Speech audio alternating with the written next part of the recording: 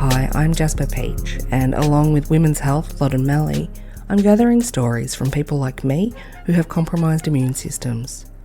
Here on Dja Dja Wurrung Country in Castlemaine, I'm speaking over Zoom with people across the Loddon Mallee region.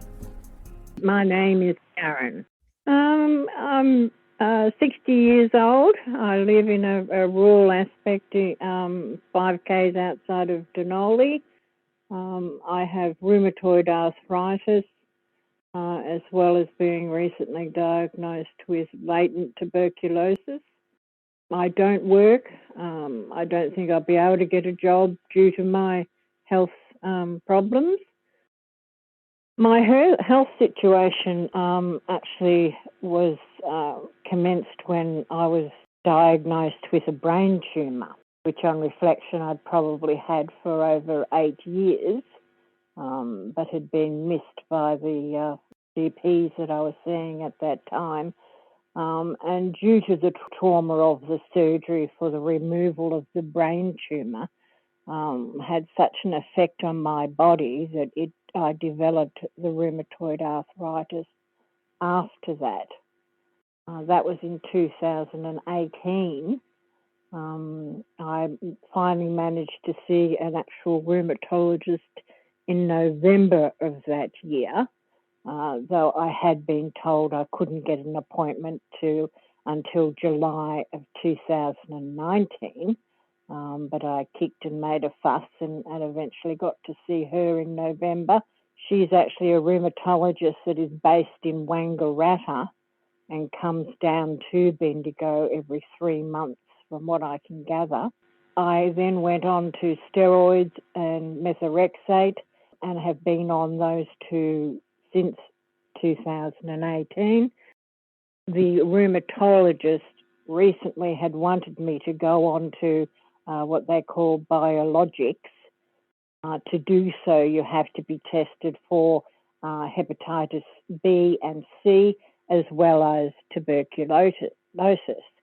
So I did those tests in February, and it was then that I learnt that I have latent tuberculosis, which was quite a shock for me during that appointment in February.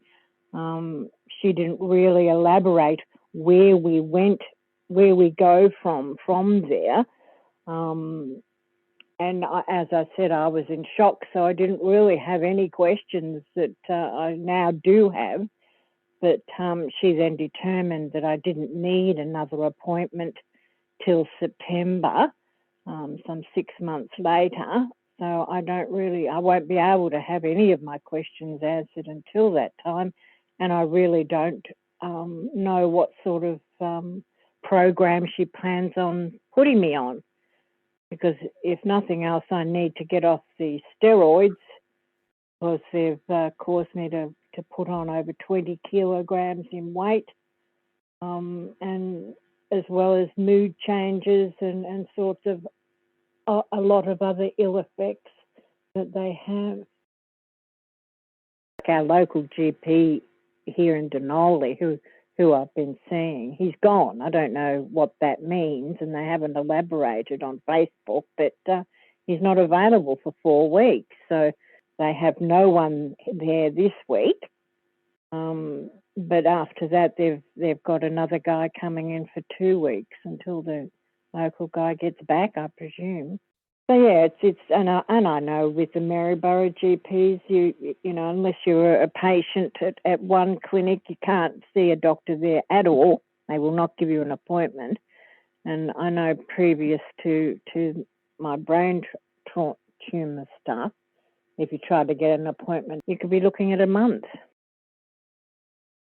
When the pandemic commenced, I didn't want to go near AstraZeneca, so I awaited the availability of Pfizer.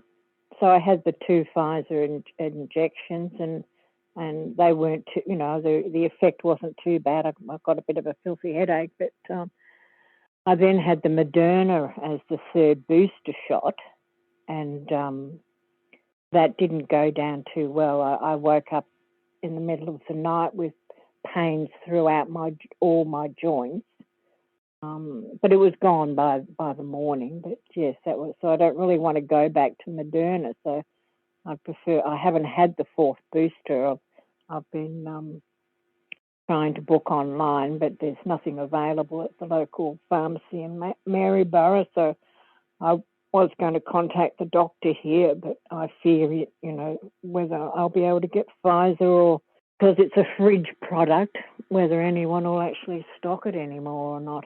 I don't know. So I haven't had my fourth booster yet, which is a concern. So I wear a mask everywhere I go. And, that's if I go anywhere. I tend to just isolate at home now. I've organised Woolworths food deliveries so I can avoid the supermarket if I can. But, yeah, I just basically spend my day at home and don't really go anywhere much. I've had a bad reaction to the brain tumour. I suffer from bad anxiety about leaving home.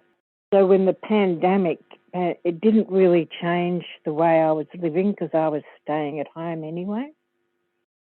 My only real concern is actually catching the thing, and it's probably been even stronger now since I have learnt that I have this latent tuberculosis, because I certainly don't want that to go full blown and end up with tuberculosis as well as COVID.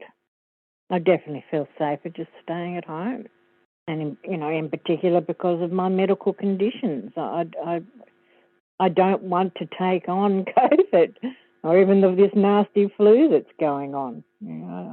But even before, as I said, it was 2018. I wasn't allowed to drive for 6 months after the brain tumour, and I just isolated myself here at home, and it became a habit, and it is still a habit, and I feel very anxious if I have to leave.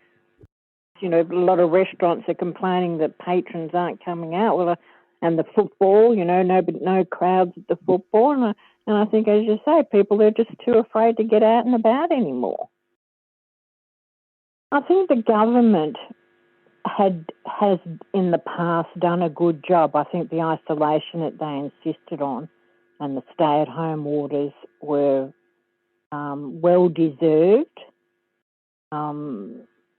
But as you say now, the majority of the requirements, including mask wearing, are all going out the window, even though you have the medical profession saying that they still should be worn. So they're now putting it out there that, okay, it's a free-for-all with little or no care for the consequences of that. And I certainly feel very strongly for those for the healthcare workers having to put up with this type of attitude that is now prevalent out there.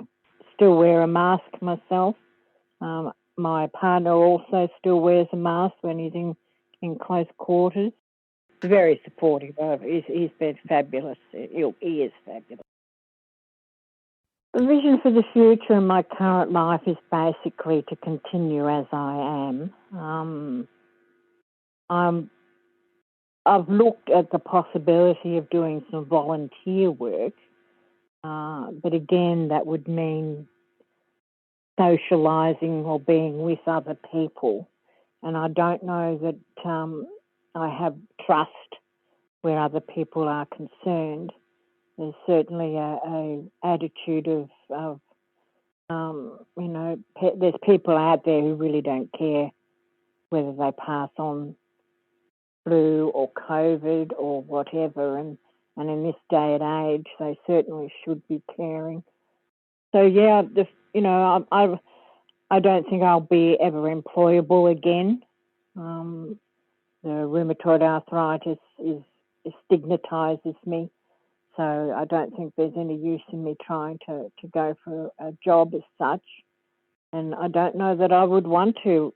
I think the majority of office environments, which is where I spent the bulk of my employment, is obviously run by environmental air conditioners and all sorts of things, and I think they're just breeders of diseases themselves. So I don't know that I'd want to be in that environment ever again. So it's basically I'll stay at home. When they've seen how successful working at home has been, and as you say, how productivity has gone up when people have worked at home.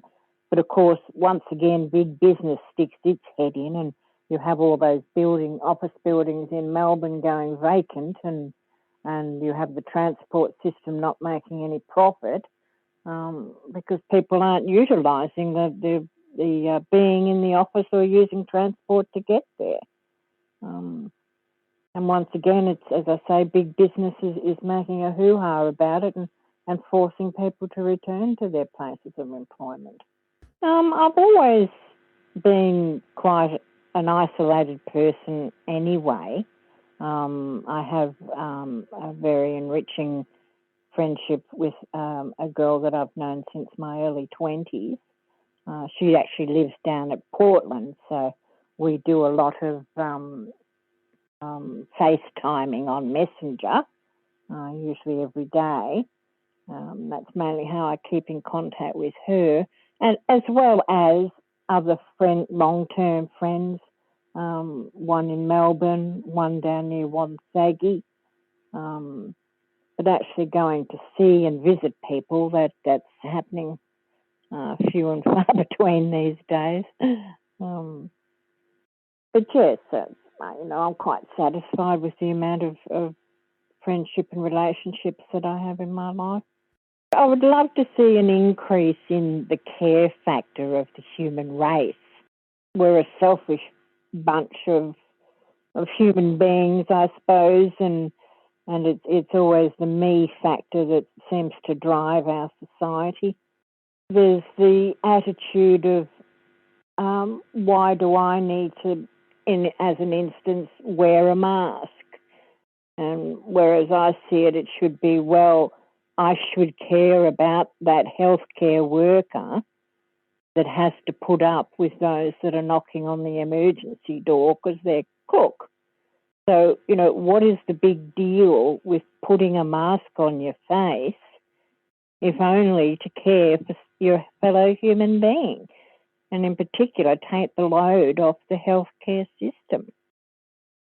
My relationship with my partner, my life circumstance. I sit here on in a small house on acreage. I have my birds.